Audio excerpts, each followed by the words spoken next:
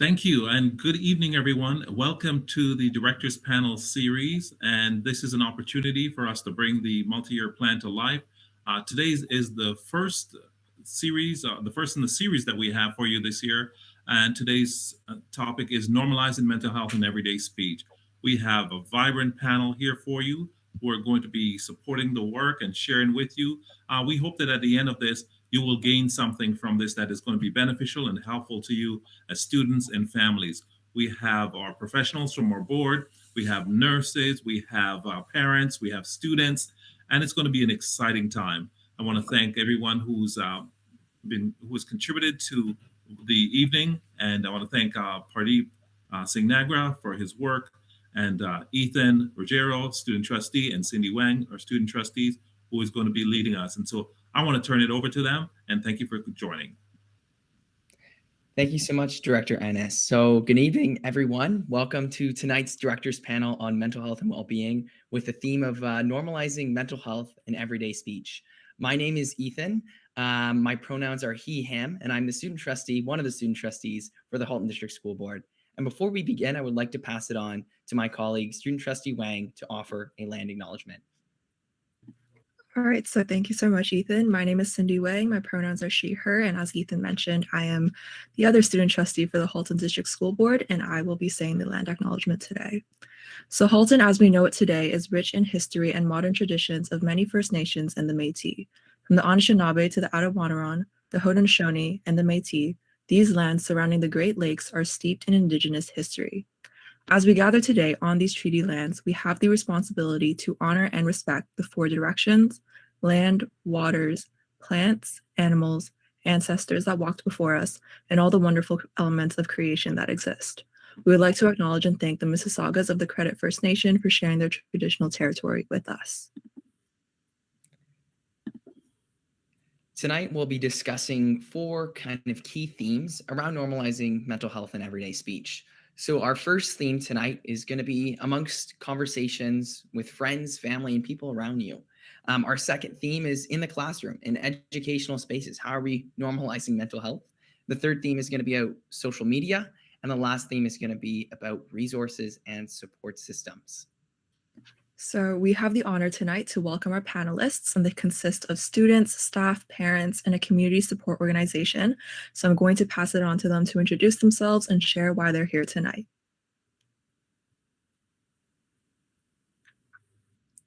I will first pass it over to Sabrina. Hello, everyone. My name is Sabrina Nadeem, and I'm a grade 11 student at Milton District High School. I'd like to start off by saying it is an honor to join you all tonight as we explore and discuss such a prevalent topic. Growing up as a second-generation immigrant, I noticed the stigma around mental health and the role it played not only in my culture, but in academic and social surroundings. I find that today is a beautiful opportunity to keep the conversation going, and I look forward to everybody's insightful thoughts. All right, thank you so much, Sabrina, for that. I'll pass it on to Chloe next. Hi guys, my name is Chloe Chan and my pronouns are she, her. I'm a grade 12 student from Aldershot High School and represent Aldershot as one of their student senators. I'm so lucky to have to be given the opportunity to be a panelist for tonight to talk about really important themes that we should all be discussing at home. Thank you so much. I'll pass it on to Piper. Hi, my name is Piper. I'm a grade 12 student at Dr. Frank J. Hayden. I'm here today because mental health is an extremely important topic that needs to be discussed more, and opportunities where we can bring this issue to light are crucial. Mental health is equally as important as physical health and deserves an equal amount of attention, care, and nurture. And mental health has recently worsened in our society after the impact of COVID-19. It has impacted my life, the lives of those around me, and for this reason, it is time to step up and dig deep and work on normalizing mental health in everyday speech to ensure that everyone has a voice. Thank you for that, and I'll pass it over to Shri. Hello, everyone. My name is Shri, and it's an honor to meet all of you. I came here because I feel it's very important that we talk about mental health and everybody knows how it's like to have a problem so that they don't get discriminated or hurt, because I want everybody to feel home at where they are. Thank you so much for that, and I'll pass it over to Eileen. Hi, my name is Eileen, and I am a grade 8 student from Joshua Creek Public Schools, and my pronoun is she, her, and I'm very glad and excited to be here at the director's panel today. I'm here because I am very passionate about mental health from being involved in certain mental health clubs and the Senate Mental Health and Wellbeing Subcommittee. Throughout my life, I have witnessed many friends and people around me who are upset or even depressed inside and outside of school due to their mental health. And I feel like the only possible way to promote this situation is to simply involve myself at the board level, which is what we are doing today. And I believe that the multi-year strategic plan is a great way to promote this, and coming to the director's panel will be a great way to discuss themes of mental health that might be crucial to all families in the HDSB. Thank you so much, and I'll pass it over to our last student, Chase. Hello, my name is Chase Eastwood. I'm a student at Centennial Middle School. My pronouns are he, him, and I'm just so thankful for this great opportunity to be just talking about normalizing mental health, because it's just such an important topic that really isn't talked about enough. Thank you so much. So moving on from our student panelists, I'll pass it over to Mira. Thank you, Cindy. My name is Mira. I'm a parent of 3 children here in the Halton District School Board and a longtime resident of Oakville. Certainly when I was given the opportunity to join this very impressive panel of students to talk about, I think, one of the most important things in our culture and our community today about really maximizing mental health amongst individuals, I jumped on the opportunity. So thank you so much for having me join you today. And thank you so much. I'm super glad that you're here, and I'll pass it over to Michelle. Hello, everyone. I'm Michelle Bates. I'm a social worker. I'm mental health lead with the board. My pronouns are she and her. I'm so excited, and I feel very lucky that for a number of years I've been able to be part of our board, a board that's very committed to understanding their role and the way in which we support student mental health and well-being, from relationships to environments to helping our students find spaces and places where they can authentically be themselves and they can learn skills. I'm so inspired by my co-panelists, and thank you for inviting me to join you this evening. Thank you. Thank you so much. And last but not least, I'll pass it over to Jasmeet. Good evening, everybody. My name is Jasmeet Chagar. I'm a registered nurse, and I'm primarily a community mental health nurse. I'm also the co-founder of a nonprofit called Soch Mental Health, and our aim is to improve the mental health literacy of the South Asian community, which is one of the largest visible minorities in Canada. I'm really excited to be here tonight because it's so crucial to talk about mental health, and having that foundation while we're in school is very important. And it's something that I didn't get when I was growing up. So it's really exciting to see that so many changes are already happening in our community. So looking forward to this conversation tonight. Perfect. Thank you so much for those introductions. Really wonderful to have this, amazing collection of students, parents, and community members and staff, of course, to be discussing our 4 themes tonight, which all center around normalizing mental health in everyday speech. Now, speaking with students across the system, when we think about stress, anxiety, the fear, and the loss brought out of COVID-19, it's really on the top of the minds of many students. And it's something that we all need to discuss and take time to understand. And and the daily workload of a student is quite complicated, whether that's navigating the social structures of high school or elementary school, or even the daily workload as a student. Many find themselves wondering who and where and when and where to even go to. So the topic of normalizing mental health and everyday speech provides really the foundation for students across the system, and even parents across the system, to acknowledge and begin their own mental health journey. So building off of that, I think the beauty of each theme that we chose tonight is that we can explore the impact of one's unique lived experience on their mental health journey and the potential barriers that one may face because of their own personal experiences, the uniqueness of their background and who they are, and all of these different factors that come into play. And at the same time, we're going to be answering some questions that we've received from the public. So, as we begin kind of transitioning into our first theme tonight of normalizing mental health within conversations with our friends, our family, and the people around you, one circle of support system is really crucial to how someone perceives and acts upon their own personal mental health journey. Conversations around mental health are often stigmatized among parents, guardians, even friends. But typically, these individuals are the first person many people consider opening up to. So, kind of the first kind of introduction and topic and theme tonight is how do we begin to break down these barriers of acknowledging mental health and encouraging others to have a conversation about one's well being?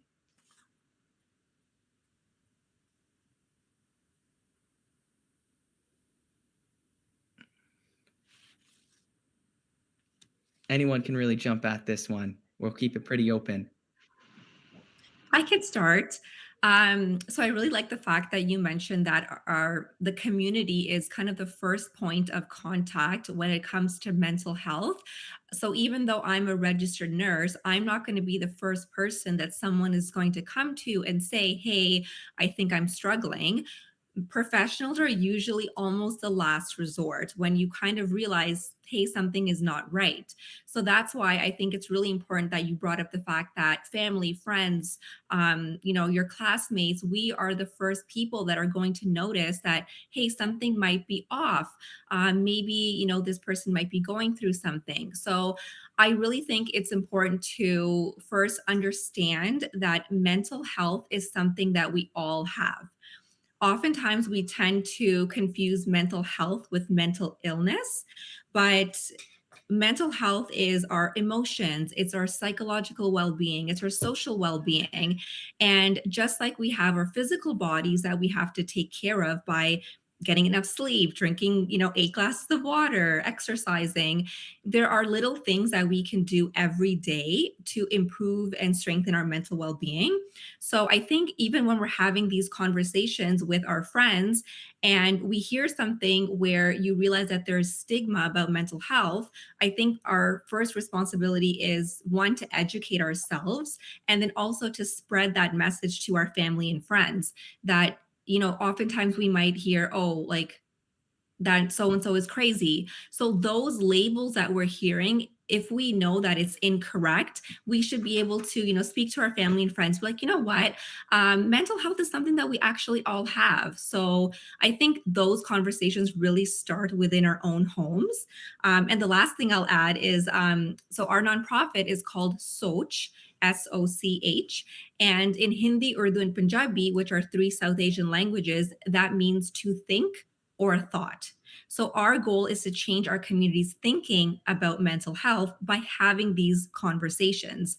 And before we change anyone's thinking, we first need to reflect on our own mental health bias. And only then can we start to have these conversations with our family and friends. Thank you so much for that, Jasmine. That's a really good point, and even kind of building off what you talked about, addressing your own mental health biases and perspectives. I'm wondering if Michelle has any insight on addressing that, or how a parent or a student or a community member would be able to start to address their own mental health biases. Thanks, Ethan. So I have a couple of ideas. So one is, I think we need to be really mindful of the language that we use, just not only when we're talking specifically about an individual, but just in general. So as we heard, we need to be really careful and try to eliminate the language of crazy. That's very stigmatizing. And so just to be thoughtful about, how do I describe someone who's struggling? What are some words that I could use? And I could say, we all have mental health. It can be a bit of a roller coaster at times, but that's all right. We all need to take care of our health. That's part of normalizing the concept or the notion of mental health and how it moves. It moves for all of us. I think that begins to convey to others that we could be a safe person to talk to, that we're not about to judge somebody else. And then I think that allows us to then think about how we might approach somebody when we ourselves are struggling, and an opportunity to think about what might I say? And I think all of us can find ways to do it. I know for myself, I start by saying, I'm not feeling myself right now. I don't have to have all the answers. I'm just not feeling myself right now. Could I talk with you? And I find that those around me are willing to connect with me. I also think to reach out to others. So if you notice something, or if you have that sense or feeling, it's okay to reach out to another human being and say, are you doing okay? Would you like to talk? Could we go for a walk together? Is there something I might be able to do to help you? I think all of these things help normalize the conversations around mental health. That's great. Thank you so much. I think that's super powerful as well. That whole approach of like us reaching out first to really break down those barriers and make people comfortable in these settings. And so building off of that, I'm kind of wondering, does speaking about mental health differ based on who you're talking to? For example, your friends or your classmates or your parents? And if so, why or why not? And so Chloe, do you have an answer to that question and have any thoughts on it? Yeah, I definitely think that the way we interact with people just in general differ on our relationships. I could be closer to some of my friends rather than like classmates, or the way I speak to my parents would be different to the way I speak to my friends. And just from that experience of having different interpersonal relationships, we interact and talk to people about different things in ways that are unique and special, because we all have ways that we interact with people and the ways that we understand them. So when talking about something as polarizing as mental health, I think that it's really important to notice that parents and friends are super different in how we're going to talk to them. I might be more honest about some things with my friends than I might be with my parents, or I might tell my parents more about something than my friends would do. But we talk to people, ask them about stuff based on how we think they're going to react and what we think we might get from that. So I think it's really important to know that we do have different people for different things, but allowing the avenue to be open for different ones and people to be willing to help and reach out is something super important. I also wanted to add on to that because I completely agree that there is no one size fits all approach to mental health, and one's unique experiences yields an individual approach. Because everyone's mental health experience is different and everyone has different perspectives, different people they can talk to, especially with COVID-19. Everyone's mental health has been affected, but they could have been affected in different ways. And I think that's really important to acknowledge. And physical illnesses and injuries are not treated under a one size fits all approach. They're treated differently to cater to their needs. Therefore, we should keep mental health as well as different approaches, and they should be spoken about differently. Absolutely, Piper. That point really resonated with me because I truly do believe that it is not a one size fits all approach as well. And I think a lot of it comes back to education, because I believe that education is what creates connection. So if we are all educated on the topic, although it is a one size fits all approach, we are able to empathize with each other and help each other get through situations and where we might need help from others or just need to reflect by ourselves.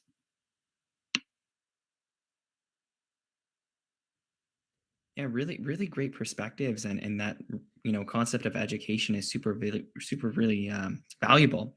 I wanted to kind of pass it on to our younger students that are here, in Aline or Shri, if you had any comments on normalizing mental health within the classroom among your friends and that sort of thing from an elementary perspective.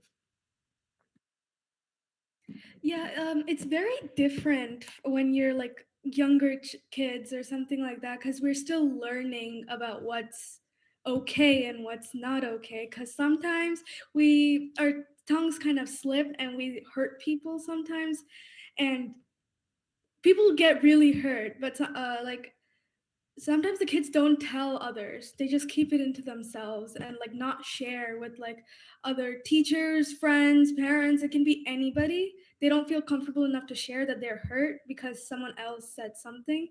So it's really important that kids share if they feel wrong or they don't feel comfortable. Yeah, I definitely agree with that. Many students in my school also like to keep it to themselves.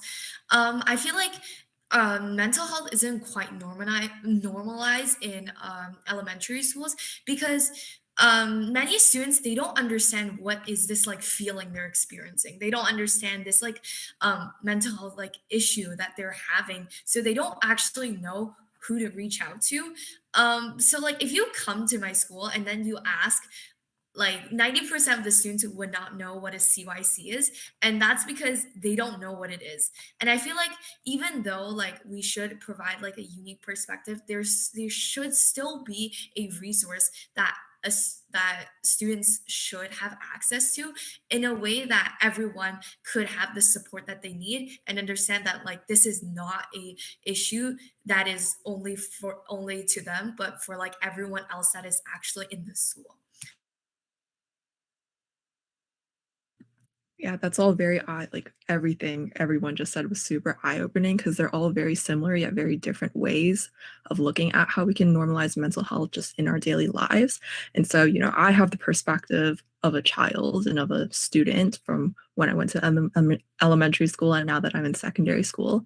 So I'm kind of wondering, Mira, if you have that perspective from a parent side and kind of how it might differ or how it might be similar to what the students just said. Yeah, thanks, Cindy.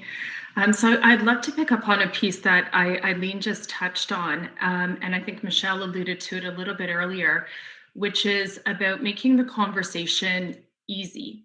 And so putting it in perhaps language or terms that just feel more comfortable and more familiar. So not really referring to it necessarily as mental health, but using analogies like, is your gas tank full? Or to use something that my children's kindergarten teacher used, which was, how's your bucket today? Is this a bucket filler or a bucket emptier?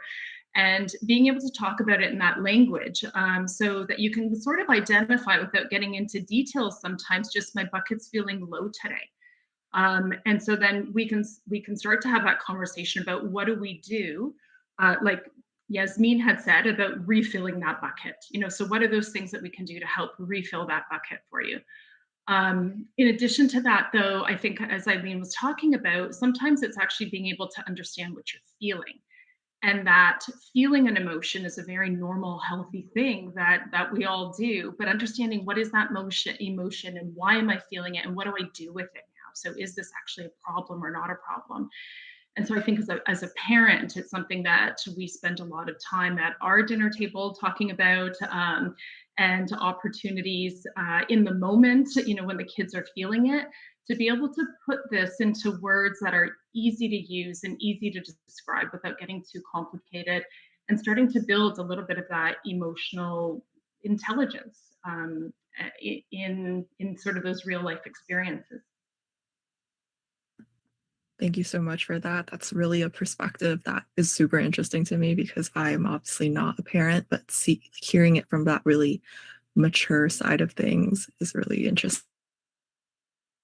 And so I think this kind of brings us into our second theme, since a lot of what you guys have been speaking about pertains to education and educational settings.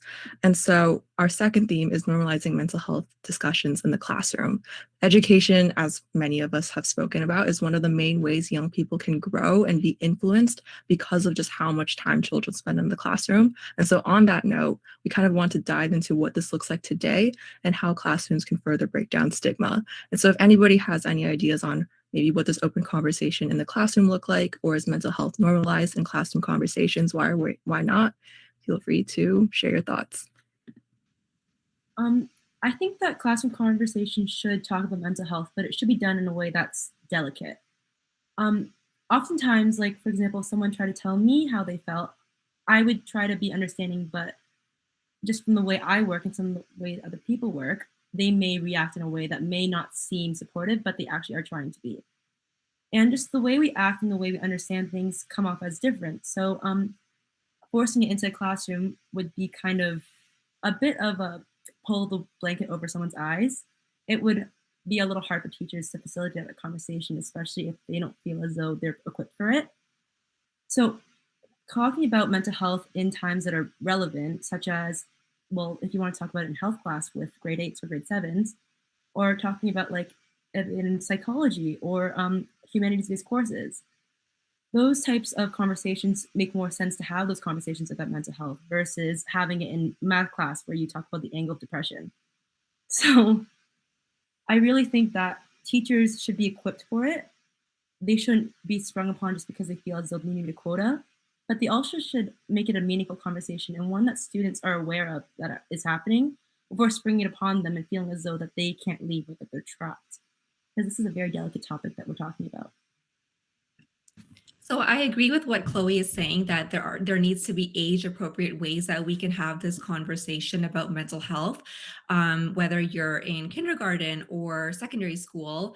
The part that, not that I disagree, but just wanted to add that I feel like I completely agree with what you're saying in terms of, certain classes, like it makes sense to talk about mental health in health or psychology, but I still feel that even in like kindergarten, you can still start talking about these things, kind of like what Mira was saying, using non-medical terms. And I love the use of analogies, right? Especially with like kids. That's how they kind of learn to identify like their emotions. So I definitely feel that there are age appropriate ways that we can have these conversations in the classroom.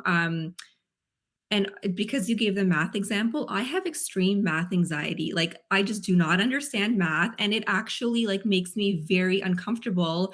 Like my whole body gets tense, and I just feel like I just don't understand this. So even if we had, let's take a few deep breaths before we start this class, like something as simple as that. But what I really appreciate now from when I went to school was that certain schools are bringing in like mindfulness and meditation at a very earlier age. And I think that's so helpful because you spend like 8 hours a day at school, and that's where you're really building your foundation of worldly knowledge. So I really feel that the classroom is the perfect way to introduce these concepts because like you were saying, mental health is sometimes such like a strong word, but if we think about it as like a human to human connection, like our spirit, you know, you're being human, right? So I think if we take that approach, it kind of makes it a little bit more delicate. And just adding to kind of what you were saying, Chloe, that it's really important for teachers to have that foundational knowledge about what mental health is, how to identify these issues, and if students need extra help, how we can get that support for them. And the last comment I want to make is parents, right? So even I know right now we're talking about in the classroom, but I feel because we're talking about the classroom and how the school system can help, it's really important to have sessions like today with the parents as well. Because yes, we can be providing education and awareness to our students, regardless of how old they are, but we also need to see, what their parents or their caregivers level and understanding of mental health is. Who are they living with? Is it a multi-generational household? Are there language barriers? Because if you're only educating the students and then they're going home to an environment where there is no understanding about mental health, there's really going to be like a gap in the system. And that's something that I see today, which is why I'm doing the work that, I'm doing. So those are just my comments on the teacher portion, getting parents involved, and then how we can normalize conversation with an age appropriate perspective. I think it's really important what you mentioned about how there's things going in our lives that people don't see. It's the idea of like the invisible backpack. And I think that's really important to acknowledge, that everyone has baggage that not everyone sees.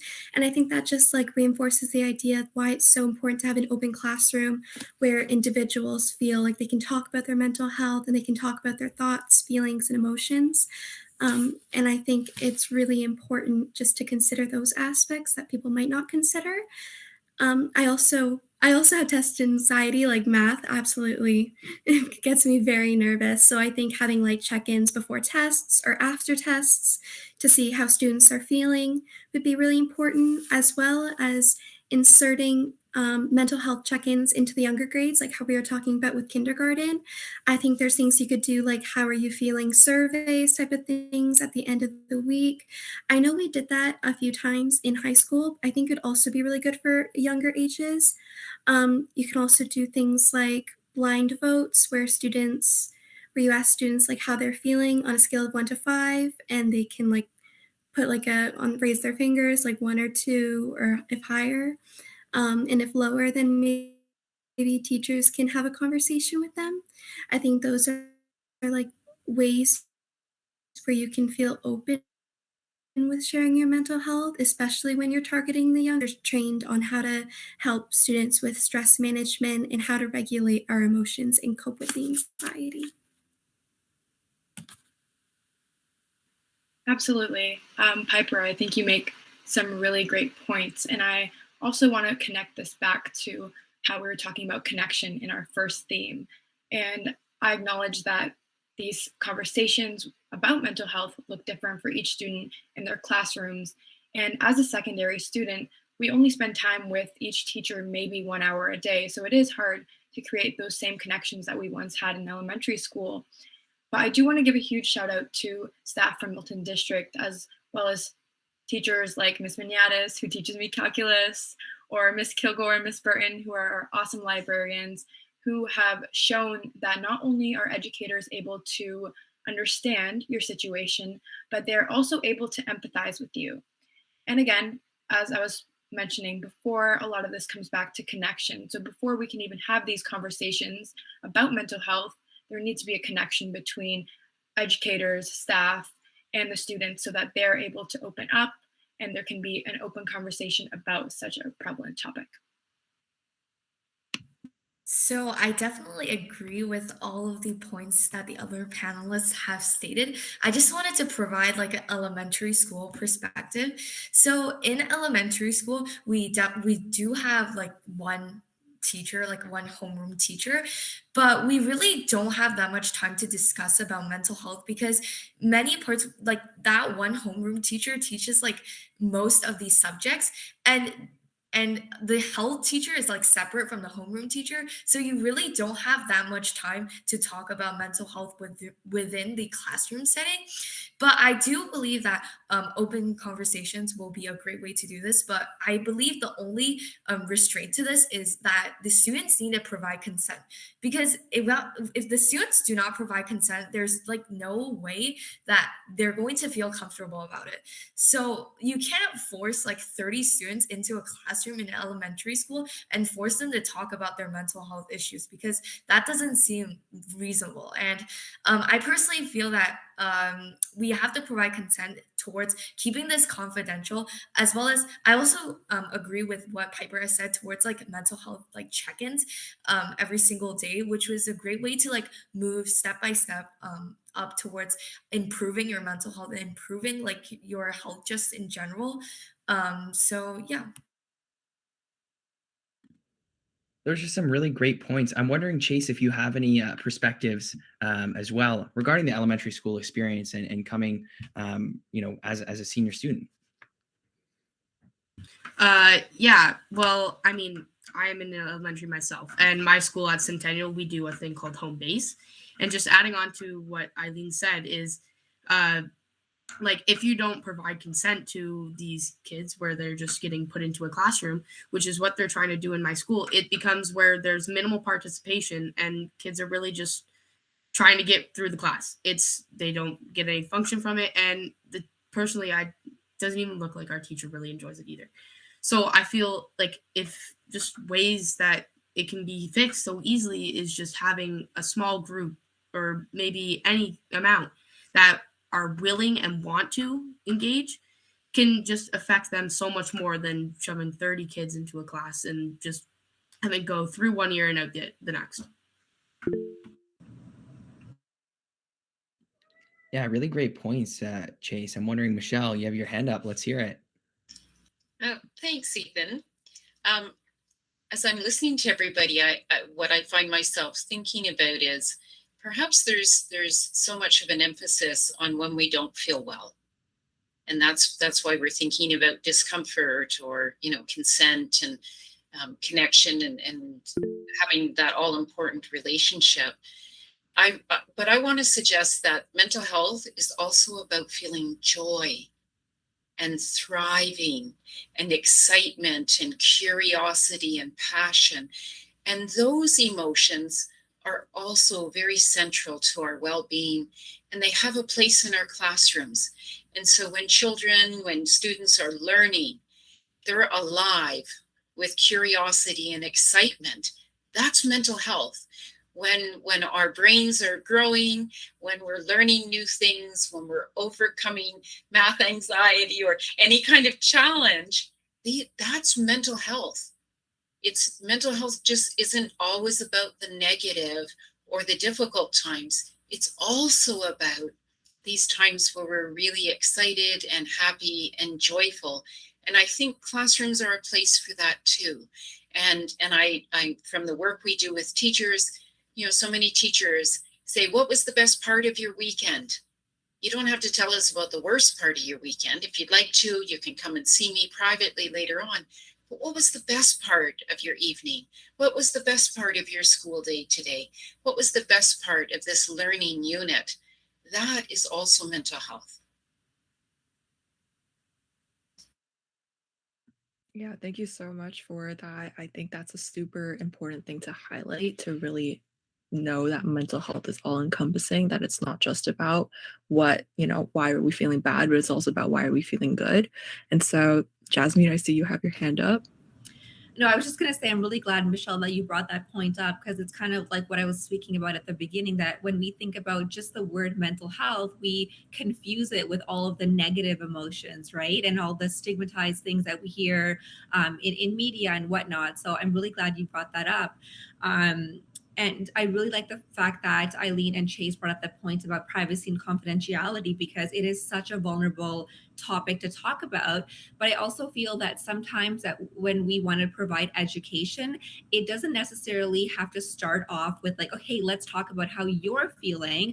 We could also use like the arts, for example. So in the work that I do, which has a lot to do with providing the community with mental health education, we have found that storytelling is really powerful. So we've started making short films on different topics, because a 5 or 6 minute video, and I'm sure you can even find like longer videos or even like mainstream movies, you can pick out like certain clips and be like, okay, we're going to watch this clip, and now we're going to have a discussion about, what are the certain themes that we saw? How was this character feeling? What could they have done that was better?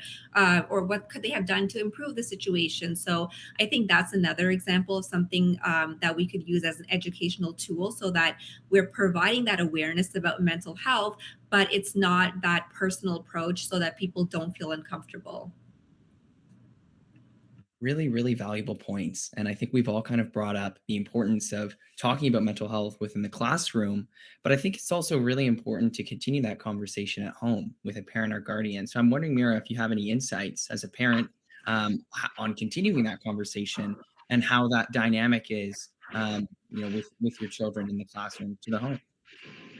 Yeah, absolutely, Ethan. So some really important points that I'd like to take a second to underscore, actually. And I think the first one is the one that that Michelle brought forward, which is the spectrum of emotions, and that mental health isn't a discrete pillar that stands on its own. It is part of the holistic person and the entirety of who we are. And it's not that there is a presence or absence of it. Again, it's sort of, where on that spectrum are you at this moment in time? And so I think continuing to understand that and begin to normalize that concept, I think is really, really important. And to things like anxiety, and saying, anxiety is not a negative emotion, it's just a state of being. Anxiety can be very positive, it can be very motivating, it can be very inspiring, it can be that signal to you that this is important to you. So making sure that we're understanding how we're interpreting kind of what we're feeling. And I think the real role in the classroom is that those are teachable moments, as Michelle and I previously discussed, those moments where when it's real, when you're feeling it at the time, making sure that whoever you're with at that moment can help guide and understand. And I think it was Piper that talked a little bit about, emotional maturity and self-regulation, and saying at that moment in time that I'm experiencing it, can I have someone that helps me put that in context? And so being in the classroom is, again, very helpful. I think the challenge sometimes is that people often go to their peers who themselves are trying to learn this for the first time and may not be able to help you or guide you through. So teachers, guidance counselors, others in the school can be really valuable.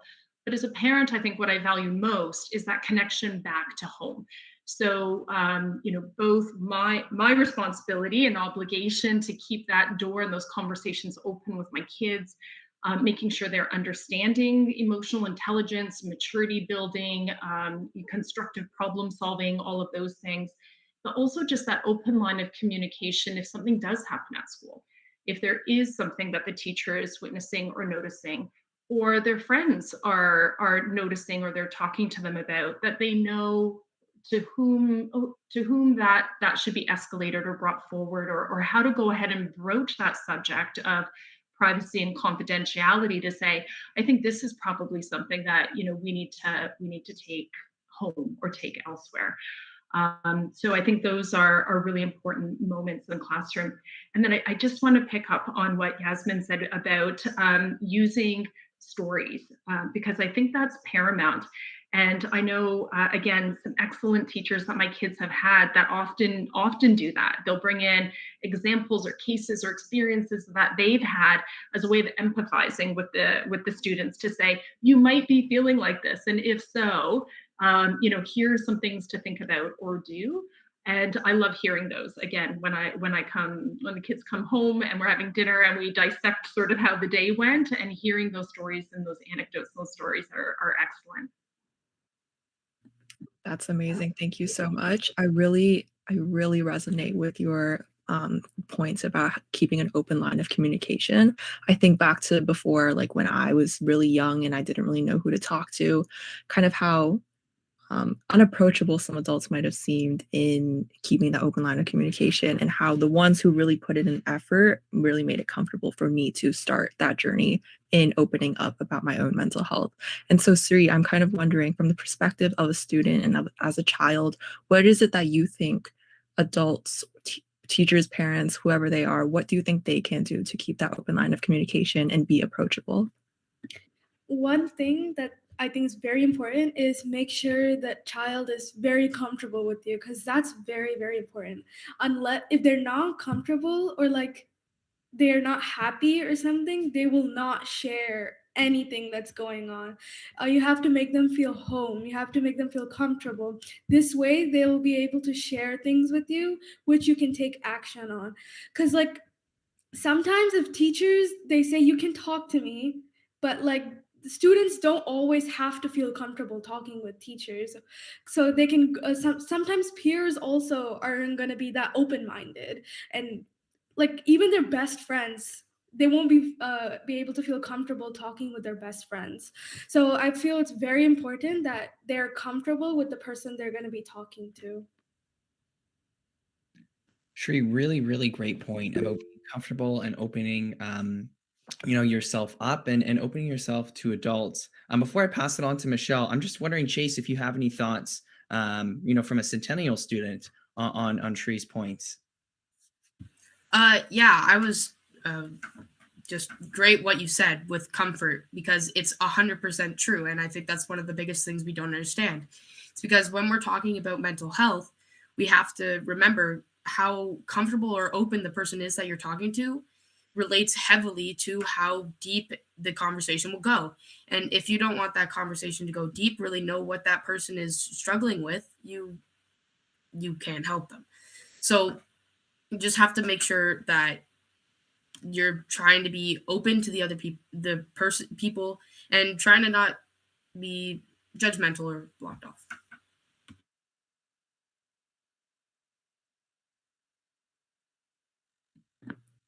Michelle, I see that you had your hand up. Would you like to add on to that?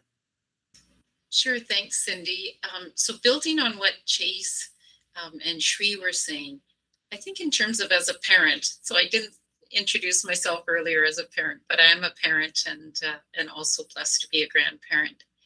And what I think about when our children come to us is that sometimes it's painful when our children are struggling or they're in pain. And so I sometimes think that maybe I wasn't so open when my kids needed to talk to me. Maybe I was getting a little caught up in wanting to reassure them too quickly. Oh, don't worry about that. Oh, that's going to be okay. It's not that bad.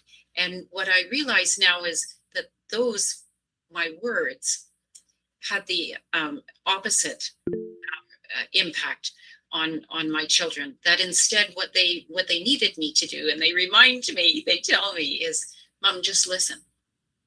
Just listen. What I need from you is to listen. I need you to listen to me. I need you to convey that you believe in me enough that I will get through this, that I'm able to navigate and manage this. And so I share the wisdom that my children have taught me, that we don't have to solve the problems of the young people we're working with, but rather we just have to join with them, knowing full well that in their beauty and in their gifts and in their fullness, they will navigate life, and they're more likely to navigate it with us beside them, without judgment or without our own fears. Jamie, feel free to just jump in there. Yeah. Yes, I was just going to add, I guess I'm just trying to play devil's advocate. And this is more,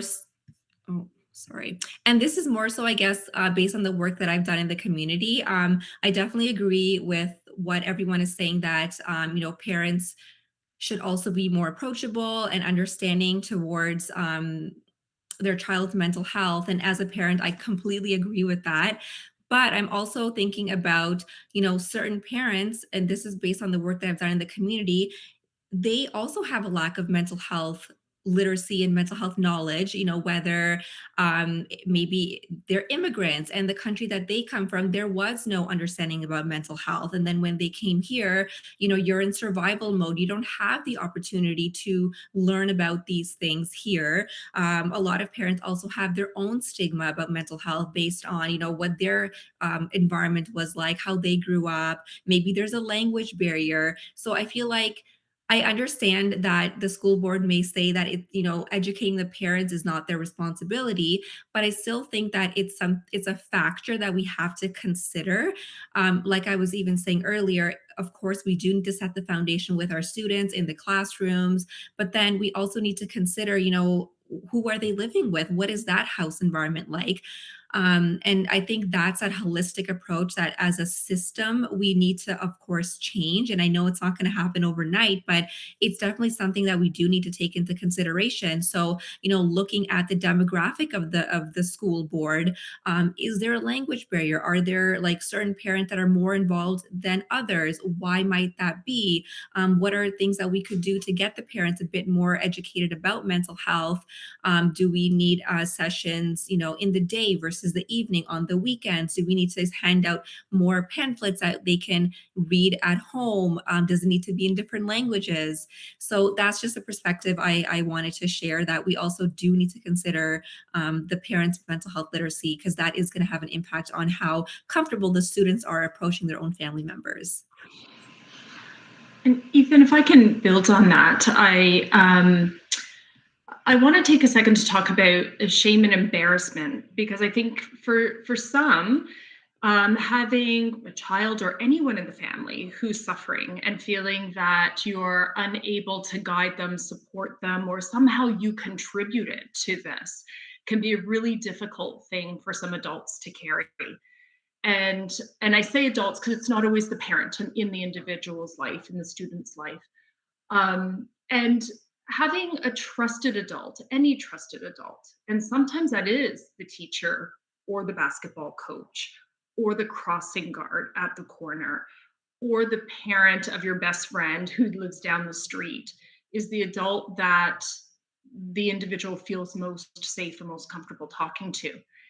and I think as a parent myself, and from that perspective, having any adult, trusted adult that is open and available to speak to a child who's suffering is really important. And then checking our own just fear and worry and embarrassment about those moments when they happen.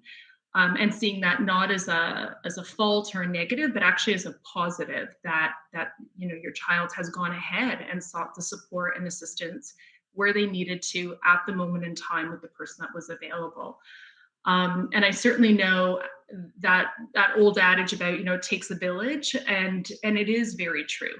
Because there are moments in time where that neighbor is actually perhaps the better or more appropriate or more available person to help, and that's okay. Perfect. Thank you guys so much for that. I truly, truly resonate with that. As somebody who comes from an immigrant family, I saw that it's a bit difficult for me to sometimes to take the conversations that I have in the classroom back home, simply because of things like I don't really know how to talk about it because I don't really know how to say it in my parents' language versus the language that I use at school.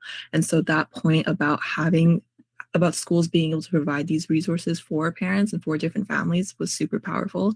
And I also kind of think about my own high school experience and how it was super unconventional because of this whole pandemic, and how that, because I was at home, felt disconnected from people at school, but it was also difficult at times to talk to my parents about these topics because of so many reasons that you guys all mentioned about how much that has impacted me, not only in terms of my mental health, but then also in terms of preparing for my future and thinking about that. And so this actually relates to a question that we got from the public about how are like secondary students thinking of preparing for post-secondary opportunities and managing the impact of the pandemic, and what can schools do as one of the resources that we turn to help alleviate this pressure. And so as we kind of wrap up this theme of in the classroom, I want to pass this on to any of our secondary students here to see if they wanted to share any thoughts on that. For sure, I can jump in. It's a great question because the transition from COVID to getting back into schools was definitely very hard on a lot of people, especially those who are so used to online learning and were so used to the leniency that the education system had back then because of the circumstances. But I found that it's been really, really helpful to see staff and other support systems within the school go out of their way to ensure that what is going on and how you are transitioning back into full-time school works properly, and just ensuring that you understand the new system that is being put in place after COVID. So it's definitely been hard, but again, it's just all about staff members going out of their way, taking that extra step of not only just teaching, but also ensuring that we are learning from what they're teaching and we are able to apply that and then succeed in whatever post secondary careers we choose to follow through with.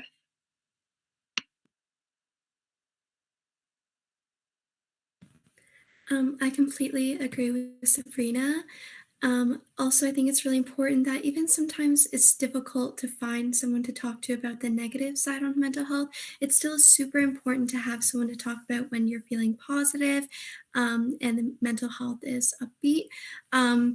Like, I am very lucky to have a teacher in my school that I could go to and tell her about my day and tell her about my weekend, and she'll be so happy for me. Her name is Miss Morrison. She's our leadership teacher, and she's very wonderful and upbeat, and I'm able to embrace that with her.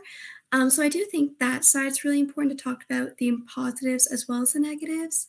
Also, something that I am personally doing that some people are not, but I'm just doing it because of the impacts of COVID, is taking a gap year to like work and take time to focus on mental health before university starts. And that's not something that's very regular. You don't hear about it talked a lot, but this year, in particular, I know quite a few people who are doing it, and I think it's just really important so you can build up your maturity to, post secondary, because our experience has been cut short in high school, and I think that could hinder the maturity of some.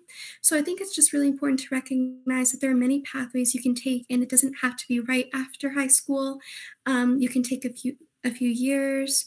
And there's lots of different opportunities. And there's also resources in the school that you can talk about about this. And it's just really important to recognize that there's no one way is the right way. There's many different things you can do, and it's really important to prioritize your mental health overall. COVID definitely did have an impact, and it was kind of hard to reel back from coming into a post-pandemic world as a grade 12 student. Before the pandemic, I actually never did a real exam. So preparing and learning how to do an exam right before my applications are due, right before early acceptances, right before everything comes down knocking at your door was a really scary thing to do.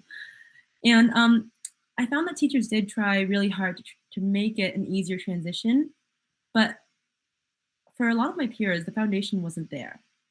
Online learning changed the way our brains worked. It changed the way we were wired. We couldn't sit still in the classroom. 40-minute lessons seemed like a really long time, even if that was the norm before it went online.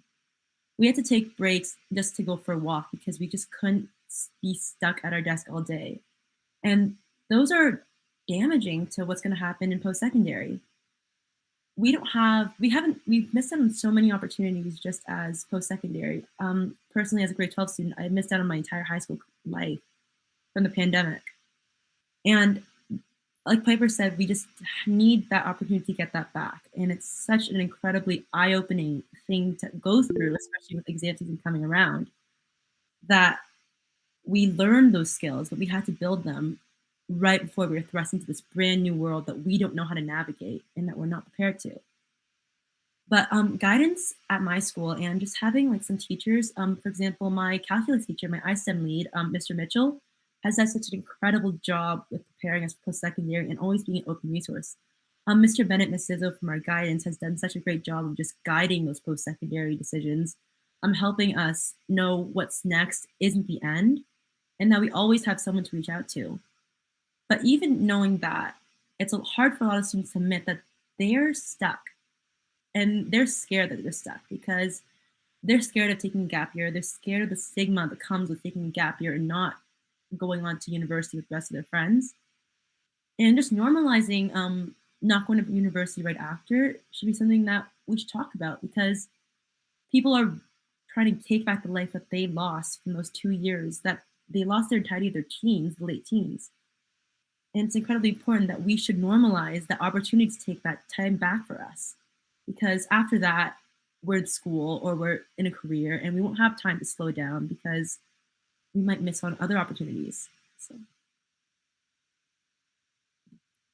I see Curtis, you have your hand up. You're more than welcome to jump in. Sorry, I was more in listening mode all evening and I didn't want to say anything, but Chloe mentioned something that really sort of sparked an experience I had just today, actually. I was in a grade 12 calculus class, and many of you have mentioned math class and anxiety and stress. During that period, one of the students just said to the teacher, I'm going to go for a walk now. And that was so normal and accepted. And it was a normal flow as, I'm going to get a drink or I'm going to the washroom. I'm just going to go for a walk. And it was so accepted and it flowed so beautifully with everything that I thought really supports a lot of what you're saying, Chloe. So, kudos to our teachers who are recognizing that students, because of the experiences of the online world for the last 2.5, 3 years, need some adjustments and sometimes need to take a break from to get readjusted to sitting in a classroom. Yeah, totally agree, Director Ennis. Those wellness walks midday are definitely what is saving me, especially during calculus class. I do want to shift and think about one of our themes pertaining to social media.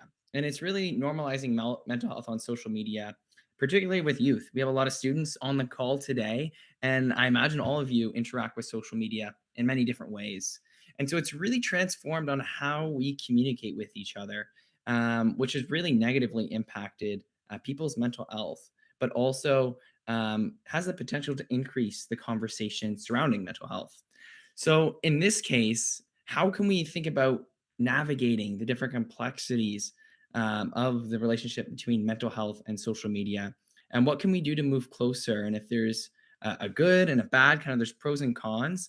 But we have to ask those questions. What are some signs that social media can be good or bad for us? I would like to highlight some of our elementary students. Maybe Aline, if you would love to jump on this one here.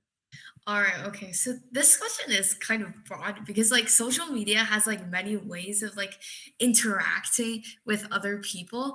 But honestly, like I feel like pros would be definitely that there is a way to like express yourself. Like for example, like mental health isn't like a negative thing, right? Like Michelle said, right? So if we're talking about it in a positive, in an optimistic light, right? Then we will be showing like, hey, I'm happy, so I'm taking like this photo and posting it on Instagram. So that would be like one way to be showing like your positivity. But I would say one con of this would then be people can just be so judgmental when it comes to social media. It's like social media is public, so it means that like it's not just the people around you, but it's like the entire world can be just looking at that one post. Even though you're trying to display it in like a positive light, you can just be taken aback by something, by a negative comment or something. So I feel like there is like when we're talking about mental health, we usually talk about social media as well. So we're talking about like how to overcome it, how to make sure that there is a way for people to overcome these comments, overcome how people can be so judgmental to you, because you don't need to take this as seriously as you think you are taking it. Yeah, thank you so much for that, Shree. If you want to give some additional perspectives. Yes, I completely agree with Elaine. But one thing that I do want to say is like those negative comments or like the negative things that other people say, it's not in our control. It's the decisions that the other students or people that decide to make, that they might think it's funny. They might think it's okay. It's okay to make these mistakes. It's okay to call someone this, someone like that. It's just a joke. But sometimes it can really hurt people. And we say we need to spread awareness. Let's post it on social media, make posters. Even if we do that, some people are going to read it. Some people are not going to read it. Some people choose to ignore it. So I think that it's important that we find another way that it'll make everybody realize that they need to change the way they're acting sometimes.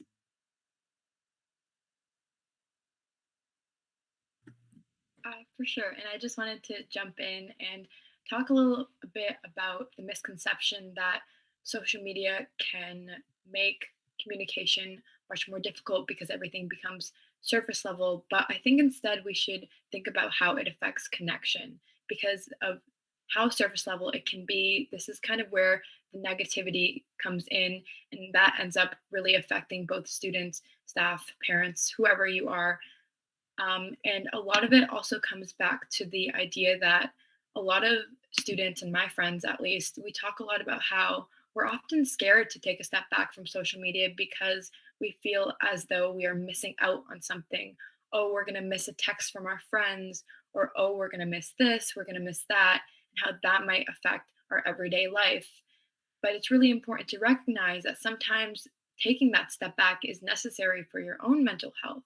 And although there might be short term things that you're missing, in the long term, you're bettering your own health in many ways. And then you can build those connections with other people much stronger than you might imagine.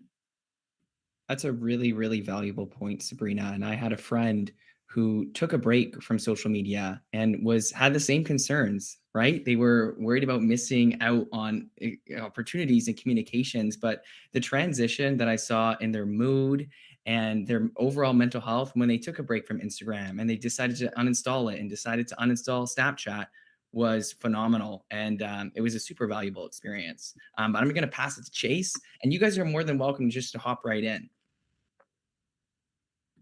Yeah, so Sabrina, I know you talked about how you guys were you saw friends that taking a break from social media. And I'm guessing this is probably because social media is not always positive. And I know Aline and Sri, you guys talked about that, how there's a lot of like external stigma from others in social media. But I feel like another thing that we need to talk about is internal stigma that can come from social media, from comparing ourselves to influencers, which can spend hours or even sometimes days taking one photo to show everything, to show like body image, to show wealth, where sometimes that's just like not really realistic, because like it can set an unrealistic goal for ourselves, where if we feel that, it really just, it doesn't make ourselves feel good, and it's just, it's not a healthy relationship that we should be having with social media. I completely agree with that point about unrealistic expectations set by influencers, because they use things like filters and makeup and editing. And I think that can really diminish one's mental health, seeing that and then having those inner comparisons. It can be really damaging, especially when it is unachievable and unrealistic. And also, I think social media can negatively impact your mental health, because constantly being connected to people and constantly consuming content through social media mentally stimulates individuals 24/7, and that is not normal and it's not healthy.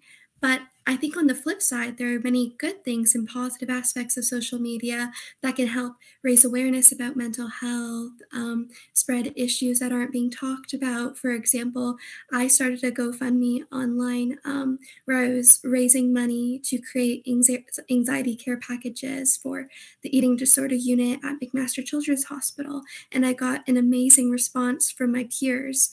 And they started sharing it as well in their stories and posts. And I thought that was really incredible, because it's not an issue that's talked about a lot, but we were able to spread so much awareness and raise money for this issue through social media, because it reached large audiences that I couldn't maybe not be able to generally talk to in person. And I do think it's just important for spreading awareness about issues. Like in my social justice class, we were doing equity in the media, where we are talking about issues going on, and some of us had not heard about any of the issues, but once they started getting posted online, we were able to actually understand what was going on. And I think that's a really big way of how people and students gain information. But the issue and the dangers of that, it could be false information. So I think it's important to be careful, but I do definitely think there are really good ways to spread awareness about mental health online. Yeah, that was. Oh, Chloe, go ahead.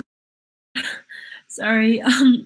I think that social media is incredibly damaging on mental health. And the biggest thing it does lack is honesty, because we see everything through a manufactured lens. But I think that that lack of honesty could also be turned into a tool that could spread a lot of awarenesses or start conversations about things that we didn't have the courage to talk about. We have these different relationships with influencers and prominent figures we look up to, and we see them through this rose-colored lens that social media gives us.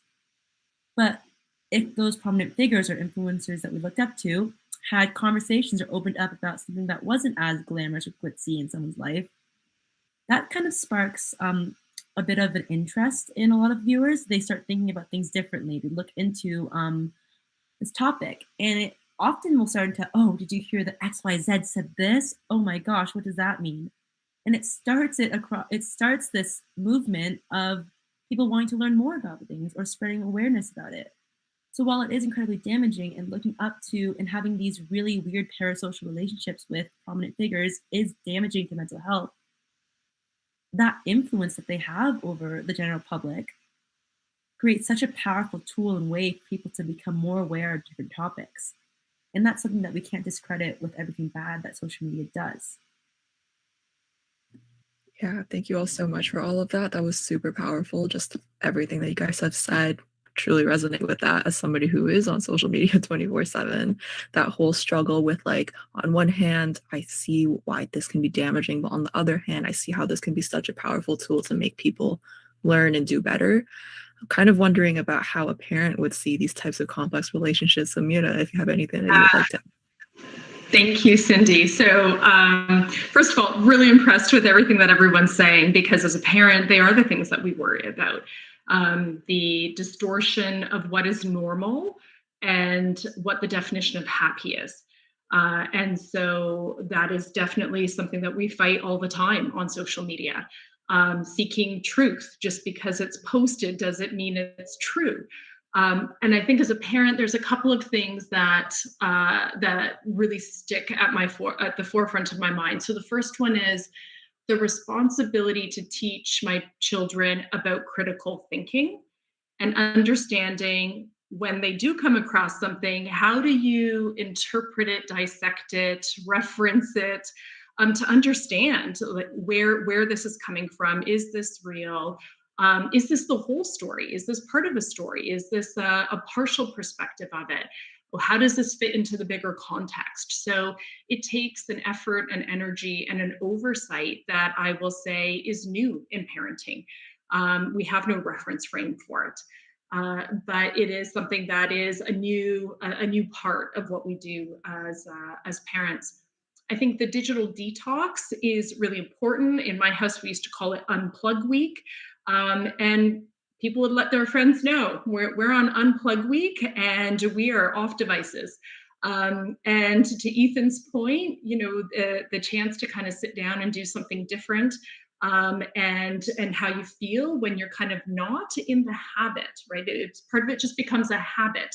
It's almost like a muscle reflex. You know, I'm gonna take a look at my Snapchat, and breaking that habit, I think, is really, really powerful. So I think it's a space that can also be very proactive. So I love the examples, you know, Piper, that you gave about how you can actually use it to your advantage and how you can regain empowerment and power by using social media. And I will say, frankly, as an adult, I detox too. There are times that I shut off all of my news apps and say, I'm just not in the space to be able to take this in today, and I'm not going to read it. Or I proactively search for something that I know I need to fill my bucket. So a TED Talk that's positive, or something that is going to enrich my life today, and I intentionally seek out and do it, and certainly encourage my kids to do it as well. Really, really strong points, Mira, and I love that concept of a detox week. I definitely got to get on that, and kudos to you for doing that with your kids and having them experience, you know, the life without technology. It's really valuable. I do kind of want to consider and piggyback off Mira and Piper's idea as social media as a face for good, and I'm just wondering, Jasmine, before we go to Curtis, if social media, how has that played a role into your you know, organization as a force for good? So I definitely agree with what everyone is saying. There are definitely negative aspects of social media. And then even before Piper made her comment, I was about to say pretty much everything she said, that I do believe if you use social media intentionally, that it is a place that you can get connected globally. So I think definitely, you know, using it intentionally, especially now that it tells you how long you're spending on it. I think that is really great, because sometimes you're just scrolling and you don't realize, oh my gosh, I was on this for like 10 hours out of the week. Then you really, when you see that number, that's when you really need to reflect, okay, maybe we do need to take that detox. So in terms of our organization, so we are heavily prevalent on social media, primarily Instagram. There's also Facebook as well. And I feel like different social media handles target a certain demographic. And that's what our intention is for posting online. So Instagram is like the 20 to 40-year-olds. LinkedIn and Twitter are a bit more professional. Facebook is more for like, you know, like our parents' age and even grandparents. And then there's also something that we call WhatsApp news. So for, I'm not sure about other ethnic minorities, but something in the South Asian community that really works well is WhatsApp forwards. So we really use that to target the parent and the grandparent generation. So say if we're having a workshop or we've released some sort of like infographic on mental health, we will forward it on our social media, but also like our WhatsApp messages, because that's how things can quickly, you know, become viral, and you can reach a larger demographic of individuals. And my last comment is that because of the pandemic, we've really used social media a lot. So pre-pandemic, all of our workshops were happening in the community, in person, face to face. But of course, we also had to make a pivot during the pandemic and host virtual workshops. And of course, at first it was kind of scary, but then it actually opened the door for global interaction with the workshops that we're doing about mental health, because now anyone can log on virtually to attend a session. And the privacy and confidentiality piece is also protected to a certain degree, because you don't have to turn on your camera. You can sign in with a different name. So that almost reduces that stigma that is attached to attending a mental health workshop in person, because now you don't even have to turn on your camera. So for us, we definitely feel that social media has helped our organization to get our message across, but it's all about the intention behind it.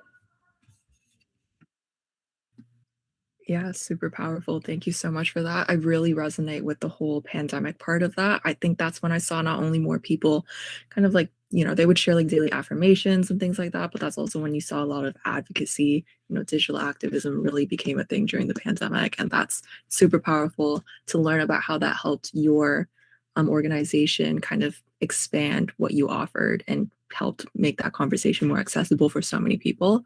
I know Curtis had his hand up a bit earlier, so I wanted to hear what you had to say. Well, thanks, Cindy. No, I just wanted to just support some of the things that I heard Mira said. I realized at some point, last year into this year, that I needed to guard the sort of the gateway to my mind, like all of the things that were going in. I used to love the news, and I realized a lot of it was just bad news. Like there was nothing uplifting. There was nothing that was positive, or very rarely. And I find that my mind was being bombarded with a lot of negativity. And so I purposely and deliberately and intentionally just stop, opening my mind to these things and shut them off, and actually just fed my mind with the things that I wanted. So I intentionally, things that went into my mind were the things I wanted to go in, and not all the negative things that used to just flood me. So, there were things that were uplifting, they were positive, they were joyous. And so I just found it put me in a better space, to be able to shut out so much of the negativity that often exists out there. Really, really well said, Director Ennis. And I certainly resonate that over the past few months. It's definitely, stepping back and looking at the news and different resources in a new way, and figuring out positivity within your life. And I know Shri had a point, if that's still relevant. So we'd love to hear your perspective on that. Yeah, I just wanted to connect with something that Jamie had said before. WhatsApp forwards. As South Asian immigrants myself, my mom loves using WhatsApp, and she is in like so many groups. Everybody forwards messages like, "Oh my God, this is happening in the news. We're opening math workshops, reading workshops. Join your kids now. It's free trial, whatever." So over the break, I've been able to try many new things out because of this WhatsApp forward. It got very popular during the pandemic. So I've also learned like a lot of math related. So it helped me through this year. And like I just wanted to connect with that because that felt like very familiar with me. For sure. And connecting back to one of the points made earlier, thank you so much, Director Ennis, for bringing that up. And especially something that my friends and I talk about often is a term that I feel like my secondary students folks know about, is protecting your peace. And especially with the pandemic and in 2020, when we were online all the time, it was like we were consuming information and the news on a daily, and that did have a really big effect and toll on not only our mental health, but also our physical health. So as soon as school kind of started back again and we began to go back into our daily routines, I'm sure a lot of people can relate about the fact that trying to protect your peace is one of the most important things these days, and being very mindful of what information you are consuming and to what extent. Again, that makes a really big difference in your everyday lives. Protecting your peace, that hit with me hard. I love that. Yeah, I really just like that that term is not only just like so prevalent nowadays, but it really brings up something that we often forget. It's that you don't need to consume these things on a daily. I forgot who it was who mentioned it, but just like searching up things that bring you joy too is something that can really help out. I think it was Mira, so that was really powerful too. And for me, social media was something that, as a lot of you have mentioned, brought a lot of resources to my attention. Somebody else also mentioned this earlier, but it really made me rethink the way that I took in these types of affirmations or resources or just support systems available to me. And so this transitions us into our final theme for today, which is accessing resources and support systems. So there are negative perceptions associated with accessing mental health and well-being support systems, whether that be at school, work, or community-based organizations. And these kind of negative associations, this type of stigma often prohibits many from accessing the supports that they need. Or there are many other factors too, like the fact that some of these resources aren't accessible to people, or the fact that it's not brought to their attention. And so normalizing mental health in everyday speech also kind of helps us break down barriers associated with seeking support. And so I wanted to see if anybody had any thoughts, maybe Jasmine, because your organization does do a lot of work in providing resources on how people can start their journey in finding things that fit them and their individual needs. So I definitely agree with what all of the comments at the beginning of this conversation were. I really liked that part about like self-reflection. Like first we need to think about, what is my understanding about mental health? And I think sometimes we become a little bit more focused on, well, that person's not sharing. Well, I don't want to say anything to them as well. But then, like everyone was saying, it doesn't always have to be like a parent or a caregiver. It can be any trusted individual that you feel comfortable sharing, not just your struggles, but like your joys with as well, like anyone that you connect with. But then you also have to be willing to be vulnerable as well. Because sometimes when you share, then the other person or people, depending on, where you are sharing, they might feel like, oh, I'm not the only one that's going through this. And that's kind of how we can start to normalize the conversation. It's first by becoming aware of what our own mental health biases are, educating ourselves, and then being the first one to have that conversation. And I kind of liked what Mira was talking about, like having those dinner table conversations, right? So sometimes we are very superficial, not even just with our families, but even like, when you're as adult at work, or if you're, in school, hey, how's it going? I'm good. But really you're like passing each other in the hallway while you're asking that. But having those conversations where you're able to actually sit down with people, and be like, what was something fun that happened in your day? So I think it's shifting the way we have these conversations about mental health, because it doesn't always have to be negative. It could be about the successes and the joys, because that also impacts your mental well-being. And then, yeah, there's a lot of community resources that are available. I'm not gonna name like certain organizations, but I think one is, our family doctor. I think a lot of people don't realize that the family doctor is like the gateway to a lot of mental health supports. So, getting your parents and getting yourself to at least go to the doctor, not just when you have a problem, but even, as I know there's a lot of like young students here, but as you get older, you're going to have to go for your yearly physical. And I think that's something that we can also keep in mind, having these conversations with our family doctor and letting them know how we're feeling, because they can also recommend community resources and, of course, guidance counselors.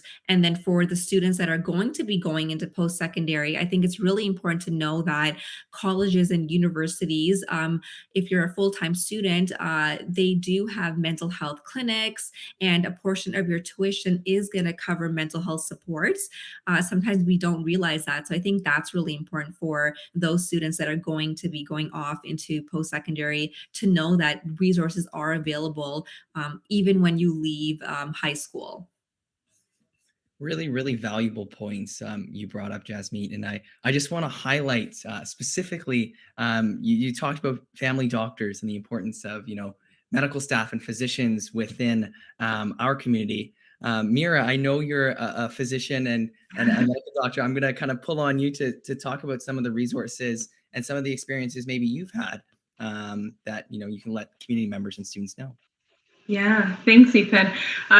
So I will say I'm very grateful for the moment to say, yes, you should be seeing your family doctor. And I think I often encourage parents to bring in their teenagers and young students in.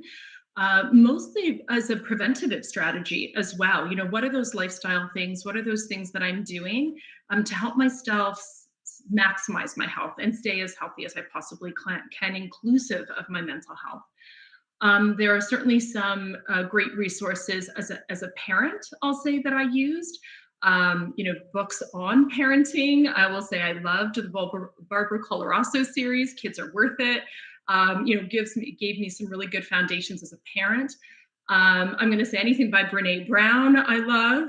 The Happiness Trap, which is about acceptance commitment therapy, also has some really strong learnings in it about you know, understanding emotions and feeling them. And then, yes, I will say there is a number of sort of resources out there that are available direct to parents as well. So Rock is a really good one that parents can reach out to directly to discuss situations and seek support. But certainly, when in doubt, never be afraid to ask. And again, back to my previous comment, it does take a village, and I think one of the things that in our community I'm so grateful for is the wonderful networks that the parents have and that ability to even reach out to each other to know where to go. For sure. Thank you so much for your points, Mira. And I just wanted to add on to the idea that we are so used to surface level conversations when you see someone maybe walking by and you ask how they are, and we always say good, but what does good really mean? So a lot of it comes back to really being open to having these conversations with either a trusted adult or a friend, a family member, whoever that is. And oftentimes it can be really hard to find these resources yourself. So, again, having that person in your life or people in your life can be a huge help. Not only that, but within schools, I've been noticing a way that I was able to get resources for my mental health was walking into my guidance office, and there's a wall of just different pamphlets. No one sees what you're picking up. You pick it up and you leave, and you're able to access those resources yourself. Either that or on our HDSP website, we have awesome resources that are always linked for you. So searching those up on your own time and accessing those are also a great way to find resources that might be helpful either right now or in the future.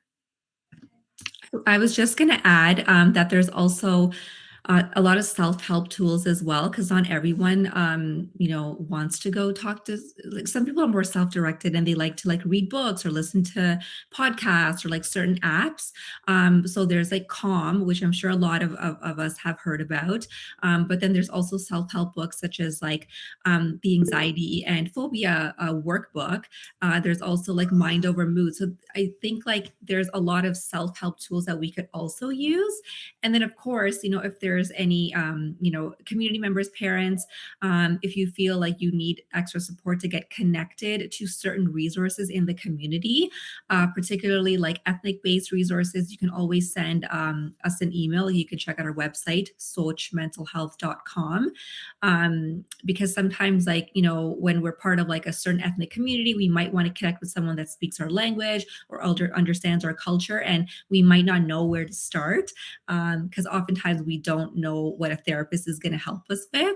But that's my last comment. Just SORCH is always there to help this community get connected to resources, and therapists, they're there to support you, right? Sometimes we think we don't want to talk to a stranger. What's a stranger going to tell us about, our own lives? Or there's a lot of stigma about getting therapy, but just like you go to a doctor, if you have a heart condition, you go to a cardiologist, why not go to a therapist or a psychologist or a psychiatrist if you're struggling with issues of the mind? So that's my final analogy for the evening. Okay, I just wanted to add that I really agree with the self-care part, because I find that oftentimes many students associate with therapists or parents as they think that mental health is a emergency. It's something that it's because you have a mental health illness, so you have to go to someone. And if you're feeling overwhelmed, then you have to talk to this one person that's in your school. Honestly, I feel like many students, many of my friends around me, they are very introverted. So I find that they really want to be on themselves. And there are many resources that you can take by going to like online or going to some places where you can actually be alone yet still comfort yourself. And you can also do many things that you are interested in, right? You can always have some alone time that you can always work on, so that you can feel comfortable by yourself without having someone who actually is professional help. But honestly, I feel like professional help is still useful, but it's really subjective because some people might prefer it, but some people might not. Yeah, perfect. Thank you so much for that. And I think Sabrina touched on kind of like when we walk into our guidance counselor's office and like we see the pamphlets where just this resources that we have in our schools. So I kind of want to close off today hearing Michelle's thoughts on that, just anything or just any resources that are available to students or just how students can kind of explore their mental health through resources that our schools and classrooms offer. Thanks, Cindy. So I've been excited to hear the conversation about your connections with teachers. Teachers are foundational, and they are very much an essential part of student well-being. And so I was thrilled to hear all your beautiful examples of how teachers have connected with you and help you to learn about mental health and or support your mental health and celebrate your mental health. So your teacher is a great resource for you and every other student. Then we've got support staff in schools, whether it's guidance or student success, special education resource teachers. If that's a trusted adult for you, seek them out and have that normalizing conversation. Can I talk to you? I don't feel quite myself. I think there's a problem I could use some help with solving. People have mentioned about resources in guidance rooms, on Google Classrooms, on the board's websites, and even on every school's website, there's mental health and well-being information.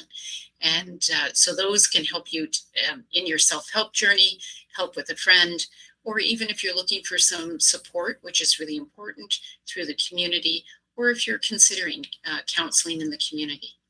We also, within the board, at every one of our schools, we have available professional counselors, and in our elementary grades and in our Gary Allen, our CYCs. And so I think what's important to know is that we're committed to identity affirming resources and supports. We take a whole person approach, and you as the student, you are the guide in your own journey. So it's, what do you want to work on? What are your goals?